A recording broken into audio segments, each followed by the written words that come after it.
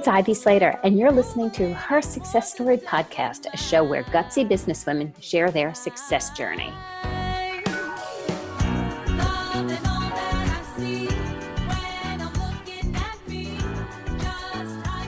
Hi, it's Ivy Slater. Thanks for joining me here today at Slater Success Live. We are also doing this as a dual show, and that means this is going to be put onto Her Success Story, our podcast. Why, you might inquire? You might be asking yourself, why are we doing this? This is our season that we celebrate and cheer on all the nonprofits of the world, as many as we can highlight. There's great leadership doing important work out there. For those of you who are not regular followers of Slater Success Live, Ivy Slater, or Her Success Story, here's the deal. This is about a personal mission for me. I believe during the holiday season, we should learn about giving and receiving. We always like to receive those lovely little gifts. This is an opportunity to open our hearts and open our minds and learn more about ways we can show up for others, how we can give. So today I have two amazing guests, Kiran and Michele. Kiran is and I'll probably get this, Kiran, I'm probably should have you do your own introduction, but Kiran is the CEO of United Way, Northern New Jersey, and the president of United for Alice. Michele is the director for United Way, Northern New Jersey. Ladies, come join me. And thank you for taking, time. This is a really busy time of year for everybody to be showing up for the nonprofit season. So huge gratitude to you. Thank you. Let's start with Kiran. Introduce yourself and a little bit of your background, because they'd rather hear you talk than me talk about you. Thank you so much, Ivy. We're so happy to have some time with you today. Really appreciate your invitation and the work that you do as part of Slater Success. I'm the president and CEO of United Way, Northern New Jersey. I've been with this organization over 10 years. I have a long history of working in the nonprofit and public sector for about 35 years now, actually. But I really am just very proud to lead this United Way. I became CEO in March of 2020. Right when everything shifted. Wow. I'm just going to say, wow, what an initiation. Yes. And it's been better than I could have ever imagined or hoped for. And so really looking forward to talking today and for Michele to share more about our Women United work and what we're doing here in New Jersey and nationally. Michele, how did you get involved in United Way? What is a little bit of your story? Well, when I was preparing for this, I gave that some thought, and it's interesting because my background is in public relations and corporate communications. And I do remember being on the workplace leadership campaign for United Way for a corporate campaign back in the day on the other side, and I absolutely loved it. So when this opportunity came up with United Way, Northern New Jersey to lead the Women United Philanthropy Group, I took all my stackable skills and convinced them I was the one for the job. And I'm still here 10 years later and loving it because we get to give back year round. So let's start with a little piece of education. Okay. I think it's important. A lot of our viewers and our listeners, and thank you for everybody tuning in. Whether you're listening live, whether you're coming back and listening to this on a recording on LinkedIn, YouTube, or Facebook, or if you're listening to this as a recording on Her Success Story. Can we get, Kiran, share a little bit about the mission of United Way and what the organization is about? Thank you. Thank you for that, Ivy. And yes, I'd love to talk a little bit about our mission and what we do. And I would first start by saying that our United Way is unlike any other United Way in the entire United Way network. So out of 1,200 United Ways globally, there's no other United Way like our organization. Many people are familiar with the United Way brand and have some connect to United Way throughout their life. But our United Way operates very differently in that we work on the ground here locally in New Jersey across 5 counties, Morris, Somerset, Sussex, Warren, and most of Essex. We have Montclair and 11 communities. We operate direct service programs in 4 areas to help Alice families each year. And then we also operate a national research and analytics project called United for Alice.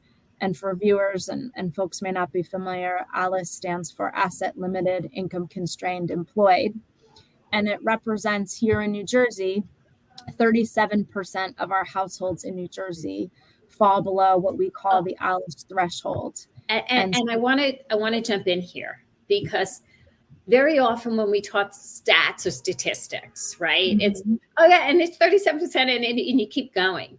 But I want our listeners and our viewers to truly understand that this is 37%. That's a solid more than a third of households that cannot afford to live.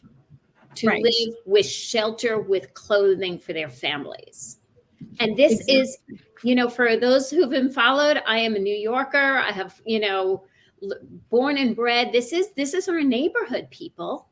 Yes, very much so. So when we think about Alice, we're talking about, the folks working in daycare centers, at retail, where we get our mechanics and our cars serviced.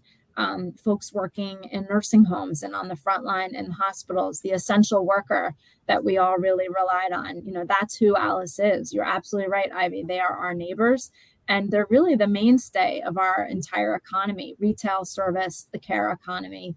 Without Alice, we all struggle if we don't have Alice helping us.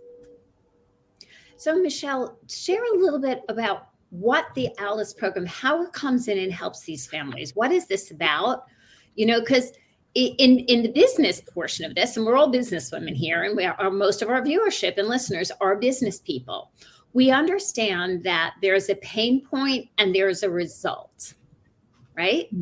The core of sales, and sales comes through every business model out there, including the nonprofit sector. It's just done differently.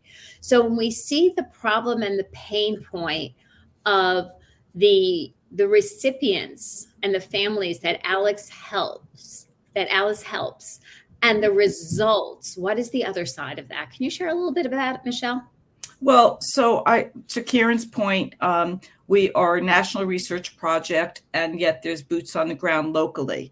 So locally, we're really into creating systemic change, and we do that through several programs. There's one called United in Care, which was a hub and spoke model where we work with the family child care centers, and we set them up with a gold standard school so that these small women-owned, 99% are women-owned businesses out of their homes, and could imagine what was going on during COVID, they have access to quality childcare, so that when mom or dad are going to work, they can put their child at a family child care center, knowing that that child is in the best of care.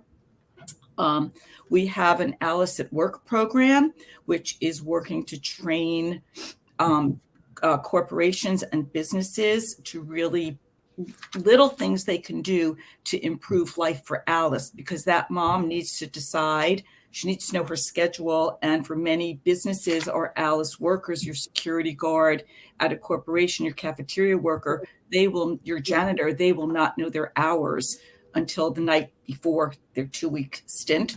And so we're working very hard to create an education program that will go national in time.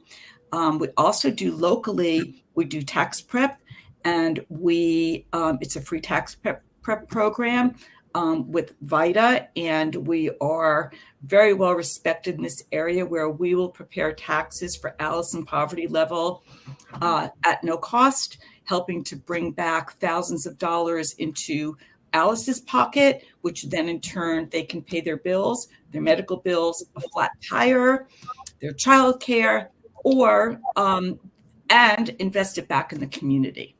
So Kiran, do you want to fill in some blanks there if I missed anything? Thank you. Yeah, no, I think you gave a really good summary. I think the only other fourth piece I would add is we do a lot to support Alice in crisis. And specifically during the pandemic, we raised over $2 million and helped provide emergency cash assistance directly to Alice families. And as you recall, Ivy, during that time, there was a huge backlog in unemployment in the state of New Jersey. There were a lot of rules and guidelines around accessing resources and assistance. So we work directly on the ground with many partners in disaster and crisis to really help families. And we always say, the Red Cross is there right away and FEMA is there right away. And then United Way is there when those folks leave. And we do a lot more kind of long-term recovery work for families in crisis. All total, we serve over 10,000 families annually through all of our programs, including all of our volunteer programs, which kick off. Our Gifts of the Season program kicks off this week, which is a lot of the frenetic energy that you may sense going on right behind me today. Michele and I are in the midst of doing a lot of prep with the team today. So share a little bit about Gifts for the Season. I have to ask. Sure. So it is a gift collection donation program where we work with families and partner organizations, Alice families, and that serve organizations that serve Alice families across our 5 counties. It's also a tremendous way for all of our volunteers, whether they're in a company or through Women United or through our board or another group of volunteers, really get to help and contribute and support and spread some holiday cheer to particular family. My family, we always adopt a family. And so it's really nice for my kids who are grown and out of the house. We all, take a family and do some shopping together. And it really helps, give us a chance to remember what the holidays are all about. And, I'll just share the family that we're working with has 4 children, and most of the things they asked for were basic things like a coat and gloves and a baby doll and pajamas. So, it's really folks who desperately need assistance. It's interesting. We think, I have a couple of things I want to go, but we think, a family in need is in dire straits, but it's the little things. It's the small crises that we don't realize that impact a family, like that flat tire, or a car problem that is all of a sudden really makes a huge dent in the budget, a unexpected illness in the family. And it's the unexpected things that come at us that really throws families that are working hard on taking care of themselves and, most importantly, taking care of their children. Yeah, and they're doing that without, in the Alice category, which is just above the federal poverty level. And what was it? How much for a family of 4, Kiran? $82,000. So the Alice, one of our primary metric that Michele's referring to is the Alice survival budget. And we refer to Alice families that an Alice family is a family that earns below. So some insider language, Ivy, is we say the Alice bat, below Alice threshold. And so for a family of 4, it's $82,000 and that's combining wage with the real cost of living in areas of childcare, healthcare, transportation, housing, etc. And then, so that 82 grand for a family of 4 compared to the federal poverty level, which you may be familiar, is one number for the entire country, no matter where you live. It doesn't take into account geography or local economy or the market you're in. I'm sitting here, my mouth is starting to hang open. I was like, wait a second. I know. Cost of living in New Jersey, New York, the surrounding areas is a very different cost of living. Yes. And similar to the cost of living in other big cities like your San Francisco's and your Los Angeles. I mean, there are when you're surrounded in the big cities and the demographics the outskirts of a big city, your cost of living is different than in rural parts of the country. And there's not good or bad. It's just fact. Right. And so that's the whole kind of foundation of the Alice data and our methodology, is that you really have to go granular. You have to look at what it takes to live and work in a modern economy by county, by municipality, by state. And that's how our data is operates, is that we look very, very down to the census tract in many cases. Right. So that's the variance that Michele is referencing, is, the 82,000 versus 29,000. Right. So just imagine trying to get by on that. And, for the women that I work with, our Women United group, they really understand not only the metrics, but the people behind that. And, we have conversations about who is an Alice in your life. Who did you pass today on your way to work? Who helped you get to work today? My gas station attendant, my barista, my dry cleaner. Many of the moms have caregivers at home. And it's not only the statistics, but it's really putting a face behind it. And that's why these women get so engaged in the work, because it's solid data. In God we trust, all others bring data, as Kiran would always say to us.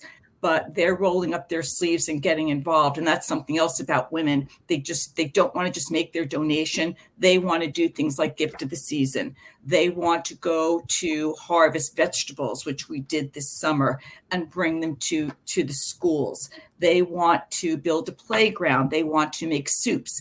They really want to roll up their sleeves and make a difference in their community. And going back to this Alice data, our United Way is unique in that how many states are we in now, Kiran? Our data is drilled down by state. So every state, every county can drill down to see where's the need, what's the need, what can we do to create systemic change in our communities. Yes. It's interesting because this time of year, we always think of nonprofits of opening up our wallets, right? And there's nothing wrong with that, by the way. Okay. Yes. Firm believer is, giving to others is a way of giving a gift to yourself and your heart. And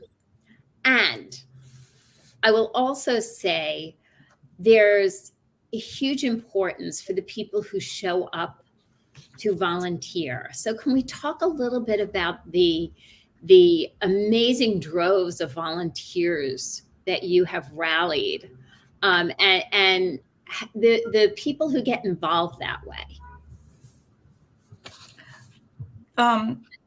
Okay, which one do you want to take this one? Yeah.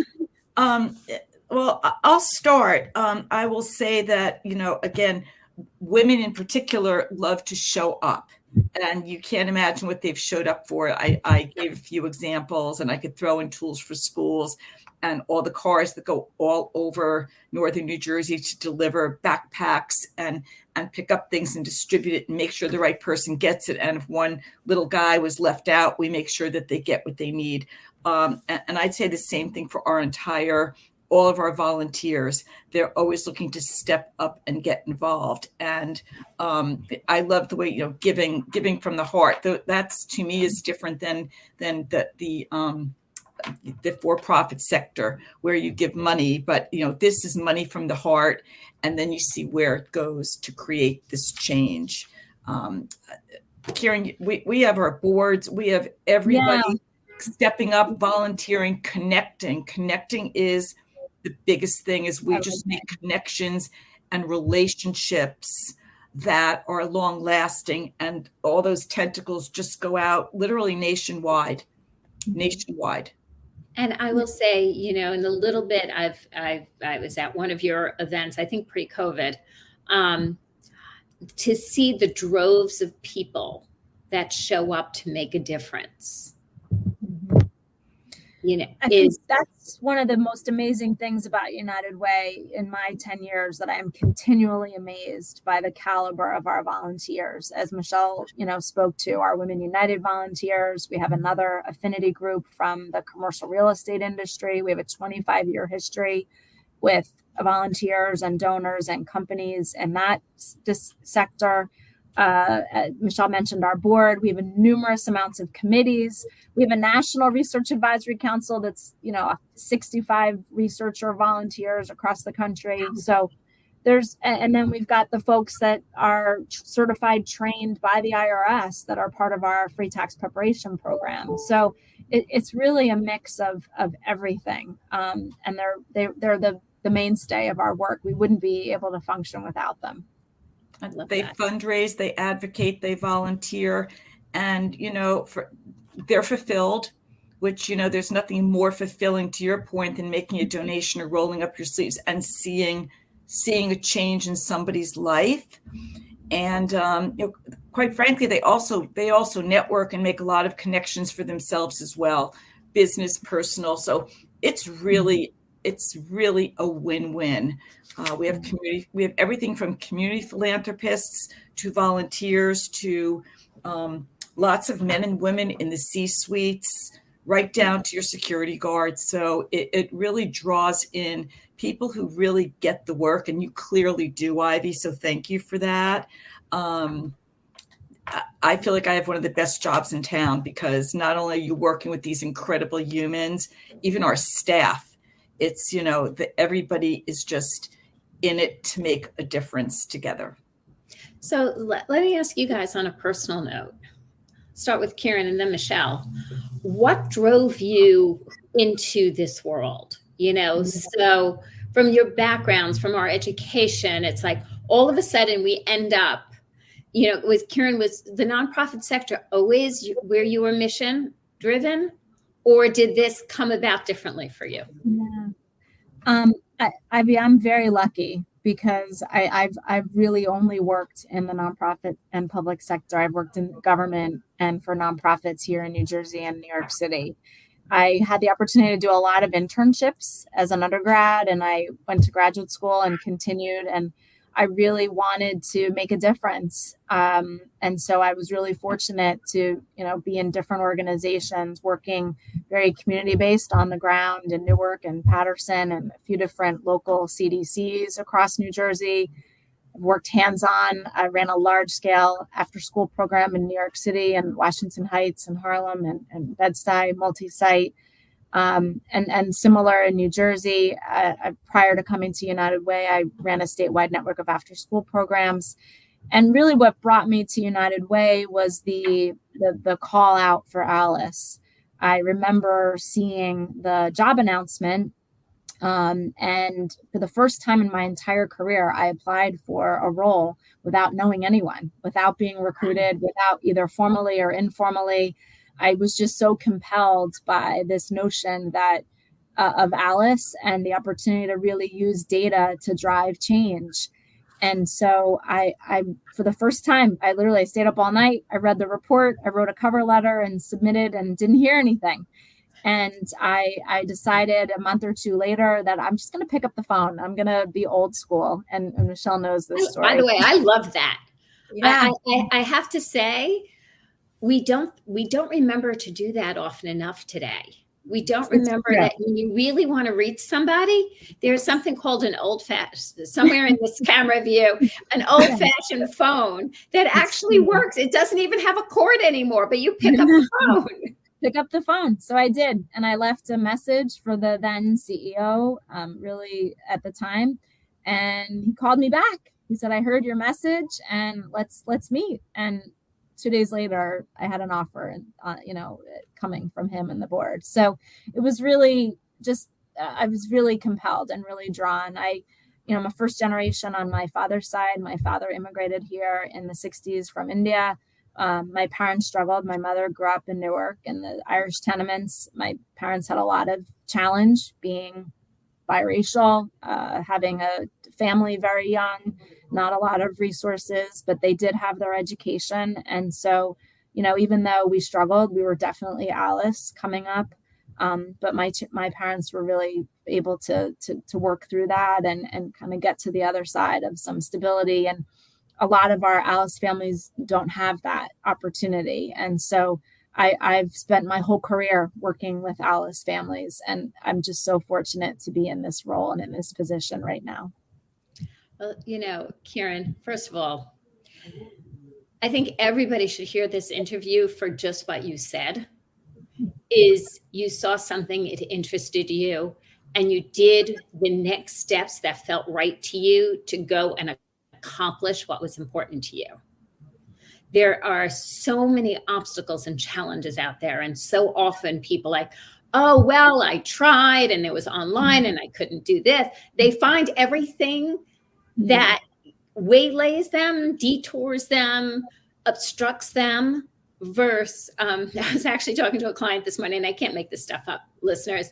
I was honestly, God, talking to a client this morning, and I said, I've always kind of believed in one sense that it's okay to break some rules. In the other way, in today, because all those people who said to me growing up, like, oh, you can't do this, and oh, you can't do that, and oh, you can't do this. And I just kind of quietly went on my path, and I did what worked for me, and it made things happen. Today, we're living in such an age of innovation that I have switched the breaking the rules. I've just decided to be innovative. And you were innovative. You did the old-fashioned thing and picked up the phone. How innovative. Innovative. I don't know. I love that. Michele, what drove you to get involved with the nonprofit world? Because that was not your background. No, it was not. But I will say that Kiran's family is amazing, and they've actually, her dad does works in our tax prep program. We keep the family active. It's a really great question about what got me. And the first time I had to make a speech at our first Women United Rise and Shine event, which was about 8 years ago, I gave that a lot of thought. And I was like, why do I just have this this feeling of doing something? And I remember when I was a little kid, I used to go with my grandmother to her fundraisers, which those days it was called Hadassah or the Menorah Home, which I think's become a big corporate conglomerate now, still servicing the elderly. And my grandfather, I have a plaque he received. He was a carpet salesman and received a humanitarian award. And they didn't know what kind of award to give the carpet salesman. And it was a humanitarian award. It's like, that says it all. And, I did have a background, as a food publicist. I worked corporate communications. I've worked at other not-for-profits. I was a director of cultural arts and film festivals. And when this opportunity presented itself, I just jumped on it because it just felt right. There's just something. I got to go to work with incredible people and make a small change in the world with other incredible people. So it's a win-win all around. And I love that. Yeah.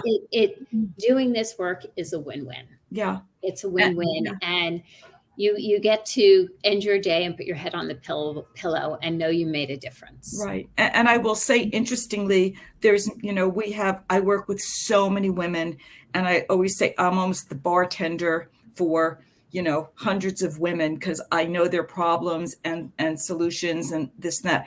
There are many women out there who actually look to make career changes because they want to do something more meaningful. Yeah. And not that if a job enriches you, then you stay there and you love it. But to your point, if it's not, break the rules. If it's not for you, go after what you want. Ladies, how can our listeners, our viewers, continue to learn more about United Way Northern New Jersey and get involved, make a difference, adopt a family? Well, the best way is to visit our website, www.unitedwaynj.org. There's all information there about Alice, how to volunteer, how to participate in Gifts of the Season, how to make a gift. We're really looking for a tremendous year-end donation from a lot of funders, a lot of donors. So hope folks will maybe be inspired. Any contribution, it matters. Every dollar goes directly to families. So that's the best way, is to visit our website, to sign up to volunteer, to participate in a gift program, or to make a donation. Every penny counts, and we are truly so grateful for every donation. Yes. And I'll add also our social media. You could find United Way Northern New Jersey on LinkedIn, Facebook, X. We did just launch a new Meet Women United campaign. So if you want to get a sense, again, if you go to the website that Kiran mentioned, unitedwaynj.org, you could start to take a look at the our leadership council, our members, and why they chose to get involved. So that will happen monthly now. Meet Women United, and we'd love to meet you. Love that. Ladies, thank you so much for joining me today. Thank you, Ivy. Thank you, Ivy. Happy holidays to you. Happy holidays. Thanks, and listeners and viewers, here's our ending message. So stay tuned. This is important, people. Number one, if you're following us on LinkedIn, YouTube, Facebook, leave a comment below. Leave a comment of what was most impactful to you in listening today. If you're listening on her success story, take a moment and think about what your takeaway is from listening. What is the one thing that impacted you? Give yourself the gift of jotting it down somewhere, whether it be in that phone, because you can use it for phone calls as well as notes. Jot it down on a sticky note, on anything that serves you, and then make a decision on what's one action you can do with what you took away today. Doesn't have to be big or small, but to find one action and follow through on it. That is a gift for the holiday season and all year round. Thank you again for joining us. We'll see you next time on Slater Success Live, as well as her success story. Thank you. Don't need your approval anymore, 'cause I've got my